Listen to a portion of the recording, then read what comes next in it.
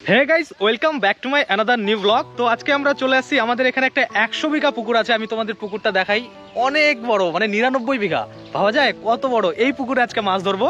তো আমি কালকে বিকেলে এসেছিলাম, যে ওনার আছে মানে যে করছে লিস্ট নিয়ে, তার সাথে কথা হয়েছে, তো মানে পারমিশন দিয়েছে বসার, তো যার জন্য আজকে আসা। তো আমার সাথে আজকে আসছে লালু। কই লালু ভাই? এই যে লালু। আর আরেকজন আছে নিউ মেম্বার, আমি ওর নাম জানি না, নামটা তপন। তো এই দুজন আজকে আমার সাথে আসছে। তো দেখা যাক আজকে কত বড় মাছ ধরতে পারি। পুকুর তো অনেক বড়, 100 বিঘা, যেমনটা বললাম 99 বিঘা। আর কত বড় এই পুকুরে মাছ আছে সেটা জানি না। তো চলো যাওয়া যাক কোন জায়গায় বসবো, কারণ এত বড় পুকুর, মানে যেদিকে বসবো সেদিকে কিন্তু ঢেউ ঢেউয়ের ব্যাপার আছে। তো হয়তো ওই পাটটাতে বসতে হবে যে দিকটাতে হাওয়া আসছে, মানে তাহলে ওই দিকটা হয়তো ঢেউ থাকবে না। তো চলো একদম ওই পজিশনে গিয়ে তোমাদের সাথে দেখা হচ্ছে।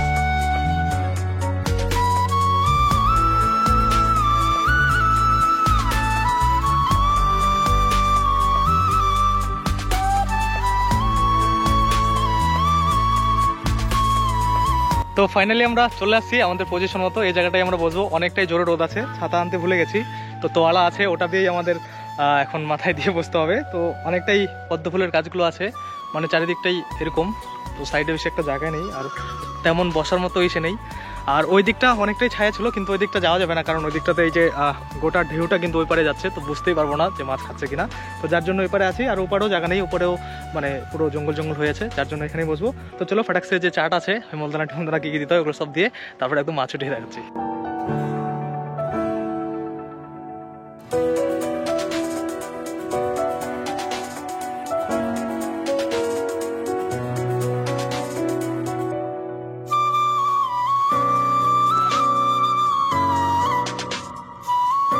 এখন মাছের খাবার টাবার দিয়ে আমরা ওয়েট করছি, মানে মাছ যতক্ষণে আসে তারপরে ধরবো।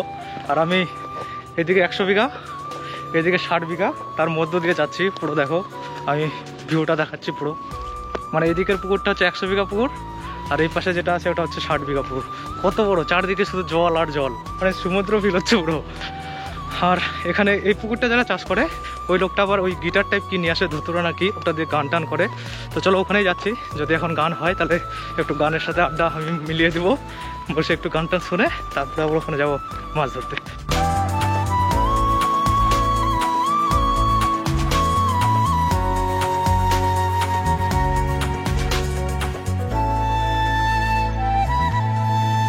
তো এখন আমি পতঞ্জলি ছাতা আবিষ্কার করেছি।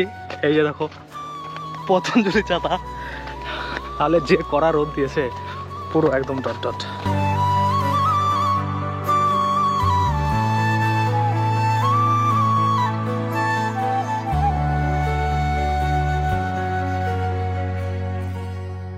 তো যাই হোক, দুটো ছোট ছোট মাছ ধরলাম, কিন্তু এগুলো মাছ তো রাখা যাবে না, কারণ অনেকটাই ছোট, এগুলো পোনা মাছ, একদম সাইজ ছোট।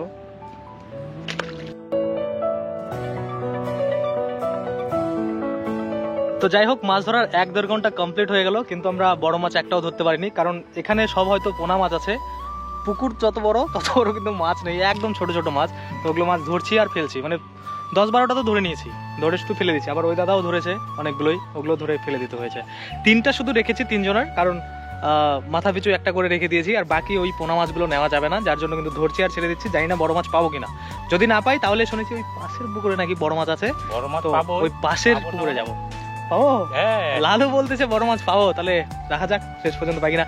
বড় মাছ ছিপে আসছে না, কিন্তু আবার লাফাচ্ছে, তো মানে নিচে গিয়ে খেলেই তো হয়, তাহলেই তো চলে আসে। তো যাই হোক, এখন আমাদের ব্রেক টাইম, নিমকি টিমকি খাবো, আর কি কি খাবার আছে ওগুলো খেয়ে তারপরে আবার বসবো। তো চলো, বাই বাই।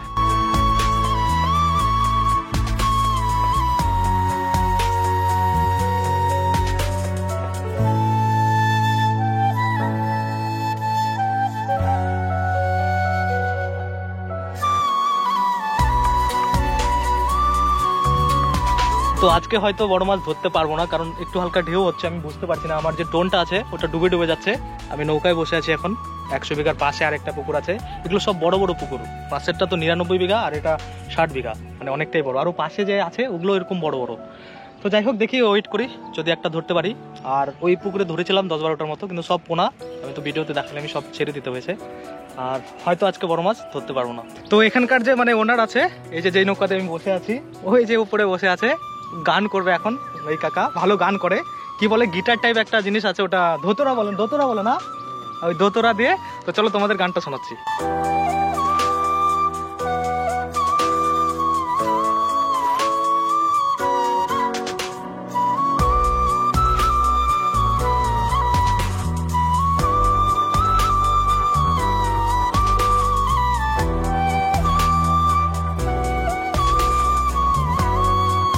যাই হোক, এখন আমরা গান শুনবো, তার আগে নৌকাটাকে ওই পারে নিয়ে যাবো, কারণ এদিকটা হাওয়া হচ্ছে। ওই পারে গিয়ে ছেড়ে দেবো নৌকাটাকে, আর গোটা মানে পুকুরটা আসবো আর গান শুনতে শুনতে আসবো। তোমার নামটা একটু বলো। আদিত্য সরকার। আদিত্য সরকার। চলো, এই কাকু এখন গান করবে, রেডি করছে, ফিলিং পুরো মাঝি মাঝি। আর টোটালি ক্রেডিট যাচ্ছে নৌকাটা চালানোর একদম। এদিকে এক আমার বন্ধুর বাবা পুরো কষ্ট করে আমার জন্য ওই পারে নিয়ে যাচ্ছে, যথেষ্ট হাওয়া হচ্ছে জোরে।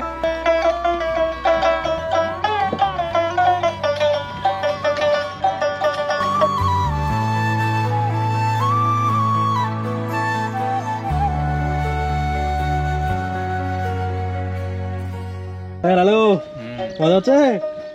মিলন হবে কত দিনে আমার মনের মানুষেরই শোনে,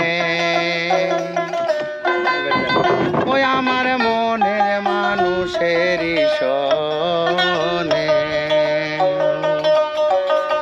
ও আমি হব বলে চরণ দাসী, ওই আমি হব বলে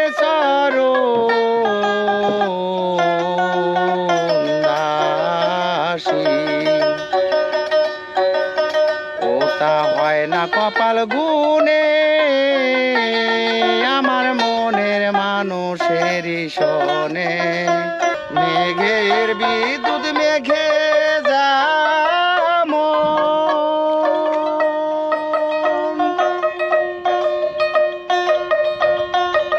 লুকালে না পায়নে শোন,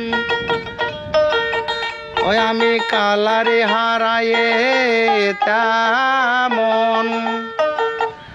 প্রেম যে করে সেই জানে আমার মনের মানুষেরই শোনে,